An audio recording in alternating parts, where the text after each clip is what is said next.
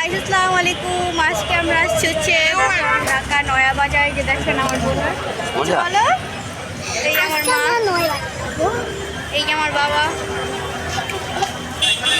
আমার বাবা রসমালাই খাচ্ছে, আমরাও মাঠা খাবো, আপনাদের দেখো ভাই। তাই অনেক গরম আর অনেক ভিড় আছে। তুমি কিছু বলো।